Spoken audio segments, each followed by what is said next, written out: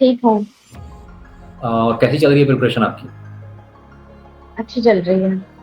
जैसे अभी एग्ज़ाम आने वाला है, अभी रिसेंटली, तो कैसे मैनेज कर रहे हो इमोशंस को? जो मतलब होता है ना, डिमोटिवेशन कभी-कभी हो जाता है, कभी-कभी कोई क्वेश्चन नहीं सॉल्व हुआ, तो इंसान परेशान सा हो जाता है, तो कैसे सॉल्व करते हो उसको? इन सारी चीज़ों को कैसे हैंडल करते हो? अब एक तो आदत सी हो गई है, ऊपर से अब वो एनर्जी जनरेशन सेशन ज्वाइन किए थे तो उसकी वजह से सेल्फ कंट्रोल काफी ज्यादा आया है, तो इस वजह से हो जाता है।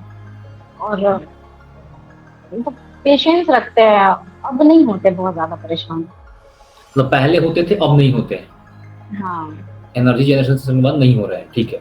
हाँ। और जैसे अभी टेस्ट आप जो देते हो, जैसे मॉक टेस्ट देते हो, क्या फ्रीक्वेंसी रहती है मॉक टेस्ट देने की इस टाइम पे? अ, एक दिन बीच करके दे रहा है, एक टेस्ट पर टेस्ट। मतलब 1 दिन का गैप है, ऑफलाइन। हाँ। ऑफलाइन ही और जाके कभी देना कभी, है। हाँ, और कभी कभी रेगुलर भी दे लेते हैं। ओके, तो अभी मतलब फुल सिलेबस टेस्ट स्टार्ट हो गया है कि अभी पार्ट ही चल रहा है? नहीं, फुल सिलेबस ही चल रहा है। फुल सिलेबस हो गया। और नंबर कितने आ रहे हैं लगभग? 550 अप्रॉक्स। 550 नंबर बढ़ाना पड़ेगा, अभी 20-25 दिन है अपने पास, नंबर बढ़ाना पड़ेगा। क्या स्ट्रेटजी अभी यूज़ कर रहे हो नंबर बढ़ाने की?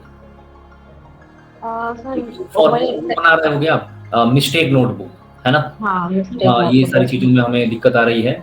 और अभी जैसे रिसेंटली हम लोग स्टार्ट किए हैं बच्चों के साथ ना, एक तरीके से 1 टू 1 सेशन ही, जिसमें कि जो अच्छे बच्चे यानी कि जिनका नंबर 500 प्लस आ रहा है, वो उसमें जैसे अपने जो ईसरों के बच्चे हैं और भी बच्चे उसमें जुड़ सकते हैं।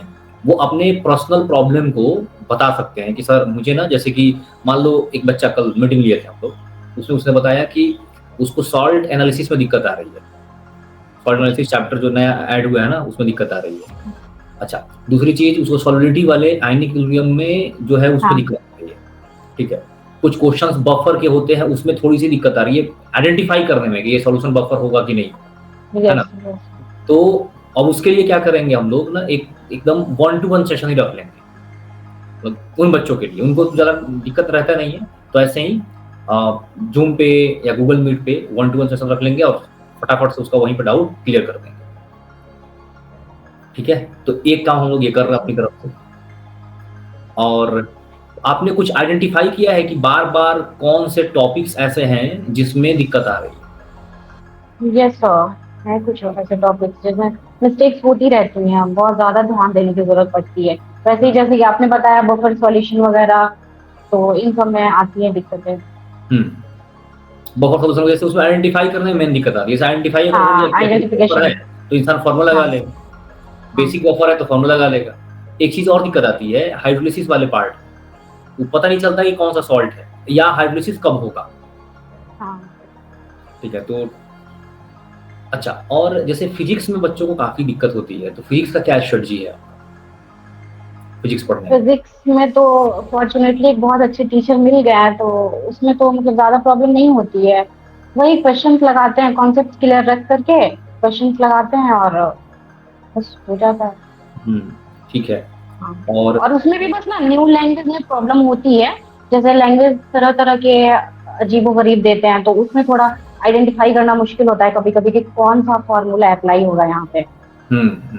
अच्छा, एक चीज़ आपने नोटिस किया होगा अपने टेस्ट में कि जो क्वेश्चंस पहले से इंसान करके गया है, जो क्वेश्चन पहले से करके गया है, वही क्वेश्चन जाकर के एग्ज़ाम में सॉल्व होता है। एकदम से कोई नया क्वेश्चन आ जाएगा तो नहीं सॉल्व हो पाएगा, क्योंकि ढेर सारे क्वेश्चंस यस। हैं।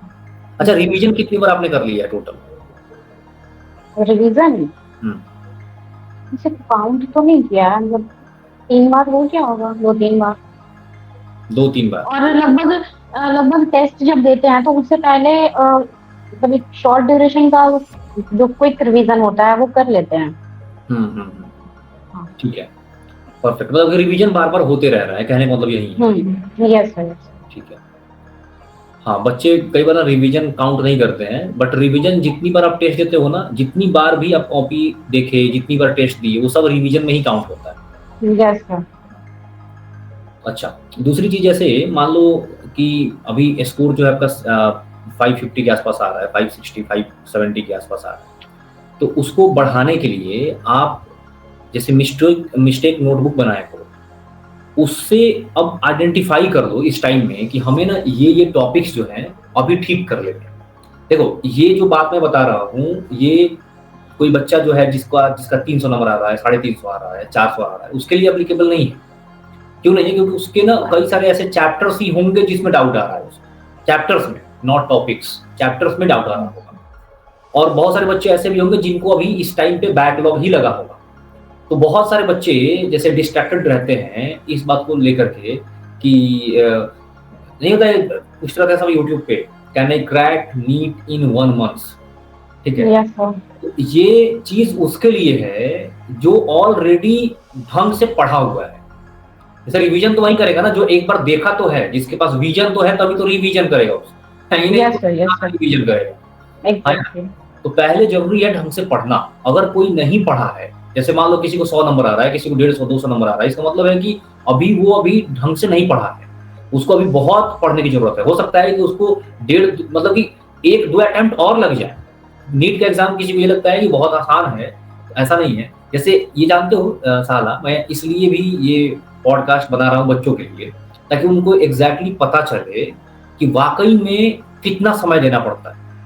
कई बार क्या होता है ना कि बहुत सारे बच्चे इसलिए डिस्ट्रैक्टेड हो जाते हैं कि उनको लगता है कि अरे देखो वो फलना भैया थे या दीदी थी, वो तो 1 महीने में ही निकाल डाली, एग्जाम दी और निकाल गई। ऐसा कोई केस नहीं है, ऐसा कोई एक्स्ट्राऑर्डिनरी बच्चा नहीं है, ठीक है।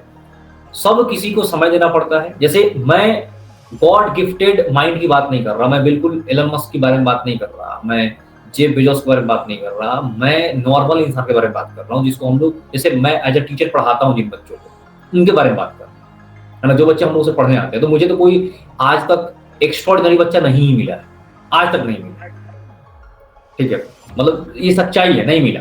जैसे कोई बच्चा, अगर जैसे मैं पढ़ा रहा हूँ लगभग 10 साल हो गए पढ़ाते हुए, तो स्टार्टिंग में मैंने ऑफलाइन ही पढ़ाया है। वहां पर ना जो बच्चा 12th में क्वालिफाई कर रहा था ना, वो बच्चा क्लास 9th से प्रिपरेशन कर रहा है। जो 12th में दिखता है वो क्वालिफाई करते हुए 9th से प्रिपरेशन कर रहा है। सोचो 4 साल उसने प्रिपरेशन किया है, 4 साल टोटल, और एकदम फोकस्ड होकर करना है क्वालिफाई। ऑब्वियस ही बात है, कर जाएगा क्वालिफाई। बच्चा मान लो 12th का बोर्ड दिया, उसका मेन फोकस है कि हमें पहले बोर्ड का एग्जाम क्वालिफाई करें, फिर हम नीट की प्रिपरेशन करेंगे। अब नीट का प्रिपरेशन करना स्टार्ट किया तो 1 साल तो उसको सिलेबस को पूरा एक जगह इकट्ठा करने में ही लग जाए।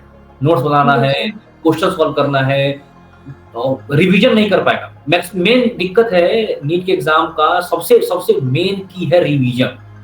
कम से कम 10 से 15-20 बार रिवीजन होना चाहिए, मतलब कि एक भी कॉन्सेप्ट नया ना लगे, ठीक है, तब जाकर के काम बनता है अपना। तो अब इसमें क्या बताओ, मैं सही बता रहा हूँ कि नहीं कि हाँ इसमें समय लगता है? बहुत बहुत एकदम सही पॉइंट पकड़े हो आप। बहुत सारे ऐसे यूट्यूब पे वीडियोस होते हैं ना, बहुत सारे डिस्ट्रैक्शन है, मतलब कि हाँ इतने दिन में कर लोगे, और फिर बच्चे परेशान होते हैं कि हमसे क्यों नहीं हो रहा है, इन लोगों से तो हो जा रहा है, फर्स्ट अटेम्प्ट में हो जा रहा है, सेकंड अटेम्प्ट में हो जा रहा है, और मेरे से कैसे नहीं हो रहा है, सिर्फ सेल्फ स्टडी करके ही हो जा रहा है। तो मतलब पता नहीं लोग झूठ बोलते हैं, क्या करते हैं, सही से मतलब एग्जैक्ट नहीं बताते हैं, और इस वजह से हम परेशान रहते हैं। इसलिए ना मेन चीज क्या है कि थोड़ा सा इसमें लोगों की भी, बच्चों की भी प्रॉब्लम है। जैसे बच्चे पढ़ते नहीं है, ठीक है, बच्चे पढ़ते नहीं है, और जब एग्जाम आता है तो अचानक से उनको याद आता है कि यार हमें पढ़ना था, ठीक है, तो अब वो दौड़ना शुरू करते हैं कि कैसे करें कैसे करें। अब उसमें कैसे करें में एक्चुअली डिमांड ही इन्हीं का है कि मैं 1 महीने में कैसे क्वालिफाई करता हूँ, मैं 2 महीने में कैसे क्वालिफाई करता हूँ, इन्हीं का डिमांड, बच्चों का ही डिमांड है। वो खुद सच्चाई नहीं जानना चाहते, खुद सच से रूबरू नहीं होना चाहते, ठीक है। अब बाकी लोग तो खैर ठीक है, मैं उनके बारे में कहीं ना कहीं, जैसे मेन चीज क्या है ना कि दूसरे किसी में इंसान कमी ढूंढे, उससे कुछ नहीं होता। कमी थोड़ी सी मुझे लगता है कि अपने में ही ढूंढनी चाहिए, ठीक है, जिससे कि हम इम्प्रूव कर लें खुद को।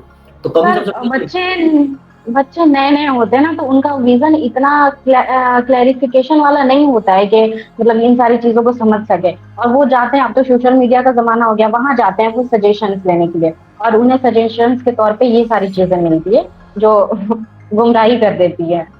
ये जानते हो सहाला, जैसे ये नया नहीं है, मान लो सोशल मीडिया नहीं रहता तो इंसान अगल बगल भैया दीदी से जाके पूछता आसपास में। हाँ, तो वहां इस तरह से फिर भी सही सजेशन मिल सकता है, कुछ देर के लिए अज्यूम कर सकते हैं, लेकिन यहाँ पे जो है हजारों तरह की अलग अलग वीडियोस है, और सब शायद ही कोई जेन्युइन है जो मिल जाती है, अदरवाइज सबका सब। मतलब कि मेन इसका पॉइंट यही है कि हमें समय देना पड़ेगा, मतलब कि मेंटली समय, अच्छे यस सर, पहले तो प्रिपेयर्ड रहे कि हमें थोड़ा टाइम देना पड़ेगा। ये तो होता टाइम क्या है देना ही कि पड़ेगा, हाँ, हाँ, मान लो समझने कि के मैं लिए। सोचूँ कि ये 1 दिन 2 दिन में होने वाली चीज़ है, तो मैं उसी के हिसाब से खुद को प्रिपेयर करूँगा। यस जैसे सर। हम लोग जाते हैं ना नानी के घर कभी घूमने के लिए, तो मम्मी से पूछते हैं कितने दिन का है प्लान, तो मम्मी बताती है कि 1 महीने का है, तो इंसान 1 महीने के हिसाब से तैयारी करता है। जब मम्मी बोलेंगे कि नहीं 6 महीने का है, तो इंसान 6 महीने के हिसाब से तैयारी करके जाएगा। हाँ या ना?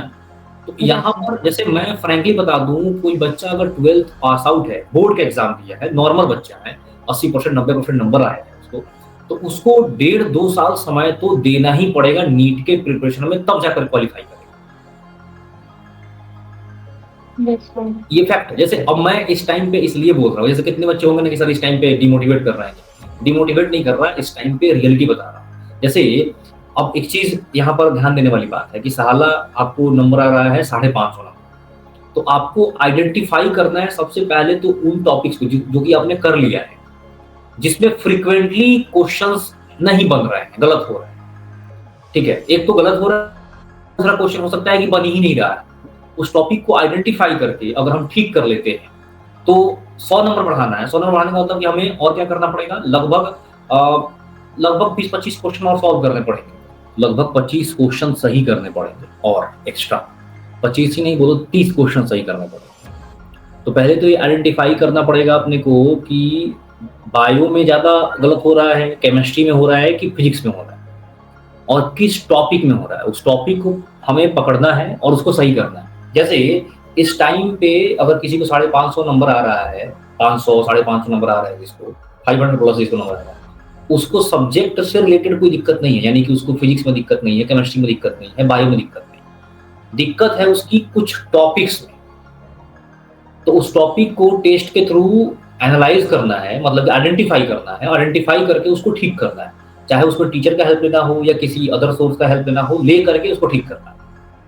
ठीक है, तो क्या प्लान है आपका ठीक करने का उसको? रिवीजन के थ्रू, टेस्ट के थ्रू ठीक करना है, और ज्यादा से ज्यादा हो सके क्वेश्चन प्रैक्टिस करेंगे। हम्म, ठीक है। तो बाकी जो बच्चे इस टाइम प्रिपरेशन कर रहे हैं और जिनका नंबर कम आ रहा है, जैसे जिनका नंबर 400 से कम आ रहा है, उनके लिए क्या सजेशन रहेगा? जैसे कभी आपका भी आया होगा नंबर 400 से कम, यस क्या सर। सजेशन रहेगा उनके लिए? टेस्ट के थ्रू ही मेरा नंबर इंक्रीज हुआ है, और कॉन्सेप्ट क्लियर करने पे ज्यादा ध्यान दे रहे थे। मतलब पहले ना रटते थे कि हाँ रट रट के ठीक कर लेना है, तो रट्टा मारने वाला कॉन्सेप्ट छोड़ करके कॉन्सेप्चुअल चीजों पे ध्यान दिए कि हाँ कॉन्सेप्ट के बेसिस पे, और छोटे छोटे निमोनिक्स बना करके उसी कॉन्सेप्ट को माइंड में सेट करते थे। तो ऐसे करके तो हुआ। और टेस्ट का एनालिसिस एनालिसिस बहुत इंपॉर्टेंट है। टेस्ट दे करके पहले पहले ना एनालिसिस को छोड़ ही देते थे, मतलब नहीं करते थे एनालाइज। बहुत तो सारे इस बच्चे वजह से गलती भी करते मार्क्स हैं। नहीं आता। हाँ, उनका मेन मोटो होता है सिर्फ टेस्ट देना। टेस्ट है ना। फिर उसके बाद उसके बाद और टेस्ट का एनालिसिस पेपर बनाना है, और मतलब नोटबुक, और उस नोटबुक को भी रिवीजन करना है। ऐसे मतलब बीच बीच में कर सकते हैं, जब भी मन किया कर लिया, लेकिन टेस्ट से पहले जरूर उस चीज को रिवाइज करना है। कि अभी डर लग रहा है कि नहीं एग्जाम का? यस, थोड़ा थोड़ा। लग रहा है ना? अच्छा, एनर्जी जनरेशन सेशन ने कैसे हेल्प किया इन सब चीज़ों को ठीक करने में? सेल्फ कंट्रोल उन्होंने दिया है, उसने दिया है। सेल्फ कंट्रोल बहुत, मतलब सेल्फ कंट्रोल बहुत ज्यादा इंपॉर्टेंट होता है सर, बहुत ज्यादा। और वो चीज कहीं ना कहीं लैग कर रहा था, हमारे पास नहीं थी वो चीजें, फ्लो में थे। और एनर्जी जनरेशन सेशन हमने ज्वाइन किया तो एक तो मतलब फोकस काफी हमारा बड़ा था, और एनर्जी भी मिली थी, क्योंकि कभी कभी ऐसा होता था ना कि मोटिवेशन तो होती थी पढ़ने की, और एनर्जी नहीं मिल पाती थी। और इससे क्या हुआ ना कि मोटिवेशन भी तगड़ी थी, और एनर्जी भी काफी मिलती थी। मतलब एक दिन हम बहुत बीमार थे, बहुत डाउन फील कर रहे थे। नॉर्मली हम हॉस्टल में रहते हैं, तो घर मम्मी बुलाती रहती है कि जाओ जाओ, तो नहीं जाने मांगते थे कि मेरी पढ़ाई वेस्ट हो जाएगी। लेकिन उस दिन बहुत बीमार थे, मेरा मन कर रहा था खुद से कि मैं घर चली जाऊं। लेकिन फिर कैसे कैसे करके कंट्रोल की कि छोड़ो, फिर पढ़ाई वेस्ट हो जाएगा, यहीं रहते हैं, बर्दाश्त करते हैं। और फिर शाम का वक्त हुआ, एनर्जी जनरेशन का टाइम हुआ, तो मैंने सोचा कि आज नहीं ज्वाइन कर पाऊंगी, क्योंकि एकदम ही एनर्जी नहीं मिल पा रही थी। फिर गुरुदेव की बात याद आई है कि उन्होंने कहा था कि अगर बिजी हो ना, तो मेंटली तुम बस ज्वाइन कर लेना। तो मैंने सोचा कि ठीक है, मैं भी वही करती हूँ, बस ऐसे ज्वाइन कर लूंगी और वीडियो ऑडियो ऑफ रख दूंगी। तो ऐसे ही किया मैंने। फिर वहां तक पहुंची तो मैंने सोचा चलो ठीक है, ऑन कर लेते हैं और बस ना ऑडियो तो ऑफ रहता ही है, ऐसे नाटक करेंगे आंख बंद करके और आवाज नहीं निकालेंगे क्योंकि मेरे पास नहीं है एनर्जी। तो फिर वहां से लेकर फिर मैं वहां नाटक करने पहुंची। और जब वहां तक पहुंची तो सोचा कि चलो अब कर ही लेते हैं वो भी। तो फिर वो मैं करने लगी। और जब की ना तो लिटरली उस दिन से मेरा फेथ जो है मतलब 100% हो गया उस एनर्जी जनरेशन पे।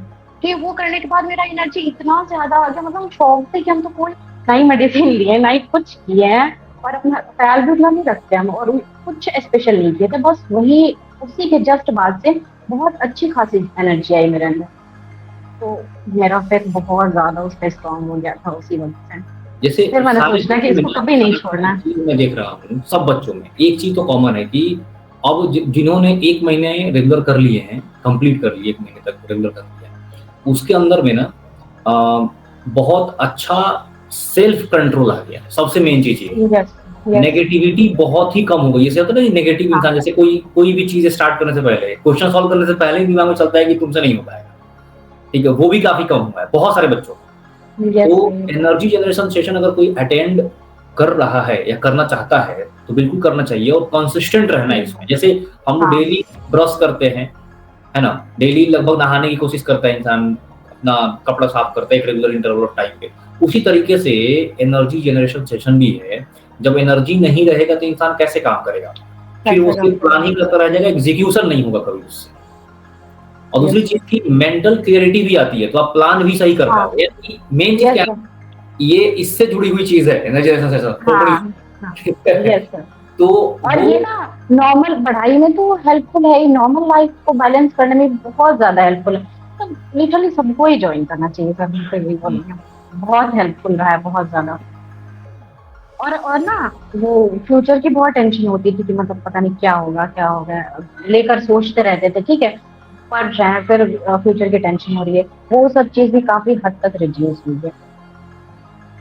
सही है, परफेक्ट। मतलब कि बहुत फायदा हुआ है एनर्जी जनरेशन सेशन से। हर एक बच्चे को ज्वाइन यस करना सर, चाहिए, बहुत आपका ज्यादा। रिकमेंडेशन है। Yes sir, yes sir. ठीक है, करेक्ट। परफेक्ट है। तो अभी जैसे आप कितने घंटे पढ़ाई कर रहे हो, टाइमिंग कुछ आइडिया है? हाँ, 12 आवर्स प्लस जाता है, 14 to 15। 14 to 15। जैसे इस टाइम पे तो ऐसा हो जाता है ना कि आइडिया ही नहीं लगता कि कब इंसान पढ़ रहा है कब सो रहा है, अब क्योंकि हाँ हाँ, मेनली ऐसा ही है, मतलब ऑलवेज ही लगभग पढ़ते रहना है। ठीक है। और जैसे मान लो कि कभी कभी होता है कि इंसान बोर हो गया पढ़ाई से, तो मस्ती उस्ती कैसे करते हैं? मस्ती में रील्स देख लेते हैं और नेचर से इंटरेक्शन के लिए छत पे चले जाते हैं और सॉन्ग सुन लिया कभी, बस और तो कुछ नहीं कर पाते।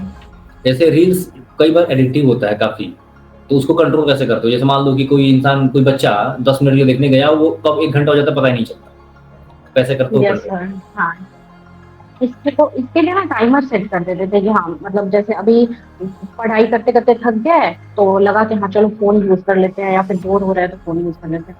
तो टाइमर सेट कर देते थे कि हाँ मेरे को 15 मिनट फोन देखना है या 30 मिनट। तो उसका टाइमर सेट कर देते थे और उसके बाद यूट्यूब पे जाते थे। हम्म। तो टाइमर अपने आप बंद बजने लगता था 30 मिनट के बाद, तो फिर वहां से हटना ही पड़ता था। तो इस वजह से ना बहुत टाइम मेरा बचा। सही है। वरना सच में दूसरी ऐसा ही चीज होता था कि स्लो में देखे जा रहे हैं, पता ही नहीं चलता था टाइम का। दूसरी चीज की एनर्जी जनरेशन से सेल्फ कंट्रोल भी आ गया है, तो इंसान उस टाइम पे छोड़ भी देता है। कई बार तो ऐसा भी होता छोड़ है भी ना, देता है। भले बजा हाँ। मोबाइल का रिमाइंडर, बजा। भले रिमाइंड कराया, बट अंदर का रिमाइंडर हम्म। रिमाइंड नहीं करा रहा है, तो गड़बड़ हो यस जाता सर। है। तो अंदर का रिमाइंडर यानी हाँ। कि सेल्फ कंट्रोल आ गया है, तो इंसान उसको तुरंत वहीं पे छोड़ देता है। बहुत अच्छी चीज है, वेरी यस। गुड, अच्छा अच्छा यस। पॉइंट है। और एक और चीज है सर कि एनर्जी जनरेशन अगर टाइमली कर रहे थे ना, तो ऐसा था कि मतलब आज का दिन समझो कि थोड़ा मतलब काम चोरी में गुजरा, कि अच्छे से नहीं पढ़े हैं। तो एनर्जी जनरेशन ज्वाइन किए तो फिर लगा ना कि हाँ ये क्यों हमने ज्वाइन किया, पढ़ने के लिए ज्वाइन किया है, और पढ़ाई में इम्प्रूवमेंट हो हमारा इसलिए ज्वाइन किया है। तो उसकी वजह से ना और अच्छे से पढ़ रहे थे कि और हाँ दूसरी ये चीज, मोटो है, बीच बीच एक में चीज और है रिमाइंडर। एनर्जी जनरेशन में, कि इंसान को डेली का इंपॉर्टेंट जो काम किया है अपना, वो लिखना हाँ, होता है। तो वो एक लिखना तरीके से होता है। होता है ना कि वो काम करके ही आता है। हाँ यस सर, ऐसा होता है ना कि हाँ हमें वहाँ हाजिरी देनी है, अटेंडेंस देना है, तो फिर हमें इतना करना है। हुँ, और ज़्यादा से ज़्यादा कंटेंट बनाने की कोशिश करते हैं कि हम ज़्यादा से ज़्यादा काम करें कि उसमें हम ज़्यादा से ज़्यादा चीज़ें लिख पाएँ। बिल्कुल। ठीक है, तो काफ़ी अच्छा लगा बातचीत करके। अब आप पढ़ाई करो, ठीक है? और ये वीडियो यूट्यूब पे जाएगा, बच्चों को फ़ायदा होगा इससे और बच्चे कुछ प्रॉब्लम अपना जो फेस कर रहे हैं, उनको ज़रूर बताएँगे। जैसे कई बार क्या होता है ना कि मैं इस समय, इस टाइम पे जो बच्चे परेशानी फेस कर रहे हैं, जैसे जिनका नंबर 500 साढ़े 500 नंबर आ रहा है, मैं कोशिश कर रहा हूँ कि 5-7 ठो ऐसा पॉडकास्ट इसी टाइप का लेकर के आने का। ताकि जो बच्चे प्रिपरेशन कर रहे हैं, जिनका नंबर कम आ रहा है, उनको एग्ज़ैक्टली समझ में आए कि किस तरीके से ये लोग काम कर रहे हैं और ये कितने समय दिए, कितना टाइम दिए इन लोगों ने, कितना टाइम दिया, कैसे-कैसे किया। क्योंकि कई बार क्या होता है ना कि जो इंसान सेलेक्ट हो जाता है, वो सही चीज़ नहीं बताता, सच्चाई यही है। वो अपना स्ट्रगल भूल गया रहता है। हर एक इंसान के साथ है। जैसे अगर आप हाँ, भी कॉलेज यस सर। में स्ट्रगल भूल जाओगे आप कि आपने स्ट्रगल कैसे किया था। फिज़िक्स का क्वेश्चन नहीं सॉल्व हुआ तो कैसे रोना आता था। ये सारी चीज़ें इंसान भूल जाता है पूरी हुँ, तरीके से। फिर वो हाँ, मतलब कि आत्मा परमात्मा वाली दुनिया में पहुँच जाता है कि सब कुछ आसान है, अरे सब हो जाता है, टेंशन ना लो। तो हुँ, थोड़ा-सा हुँ, रियलिस्टिक बातचीत करने के लिए ही मैं इस तरह का सेशन प्लान कर रहा हूँ, जो बच्चे ऑलरेडी एग्ज़ाम देने जा रहे हैं उनके लिए। ठीक है? और all yes the sir. Best आपके एग्ज़ाम के लिए, आप ज़रूर क्वालीफाई करोगे और बढ़िया नंबर लेकर के आओ। कोई भी दिक्कत होगी ज़रूर बताना और हम लोग जैसे मान लो केमिस्ट्री में कोई थैंक दिक्कत यू सर। आती है, तो आप बताइए, अपना टॉपिक बताइए कि हमें इस टॉपिक में दिक्कत आ रही है, तो हम क्या करेंगे उसको मिल कर के मतलब कि एक वन टू वन सेशन रखेंगे और उसको हम लोग सॉल्व कर देंगे। ठीक है? Okay sir, definitely. हाँ, तो सर ये पॉडकास्ट हम सिर्फ़ इसलिए लिए हैं कि मतलब बहुत बुरी चीज़ों से गो थ्रू हुए हैं, तो हम चाहते हैं कि और बच्चे जो है बिल्कुल ना हो। मतलब होता है ना कि पुराने लोग कहते हैं कि जैसा हमारे साथ हुआ हमारे दुश्मन के साथ भी ना हो। तो वही वाली चीज़ है कि हम लोग नहीं चाहते कि जिस चीज़ से हम लोग गुज़रे हैं वो और भी गुज़रे और बच्चे भी। तो उन लोगों को एनर्जी जनरेशन ज़रूर जॉइन करना चाहिए। वरना हम बहुत शाय नेचर के हैं, ये पॉडकास्ट मेरे से नहीं होने वाला था। बस हम उन लोगों के लिए कर रहे हैं ताकि वो भी इस चीज़ का फ़ायदा लें। और ये बहुत बहुत इम्पोर्टेंट चीज़ है। इवन जो बहुत सारे बच्चों के मन में सुसाइडल थॉट्स आते हैं, वो सारी चीज़ें भी खत्म हो जाती है। अ, बच्चे सुनेंगे तो उन्हें लगेगा कि शायद ठीक-ठाक हो रहा है या फिर बहुत बड़ी-बड़ी बातें की जा रही है, लेकिन ऐसा नहीं है। एक बार जॉइन करके देखो कंसिस्टेंटली और वो बहुत अच्छे से होगा। रेगुलर बस जॉइन करना, फिर समझ आ जाएगा कि ये सच में जादू ही है, कुछ ज़्यादा बढ़ा-चढ़ा के नहीं बोला जा रहा। ठीक है, तो इसको एंड करते हैं पॉडकास्ट को यहीं पे और ठीक है, ठीक है, bye bye, good bye sir, night, thank you, all the very good best night, for your exam और for your thank you so career. Much sir, बहुत अच्छा करो आप लोग, ठीक है ना? यस। बाय-बाय।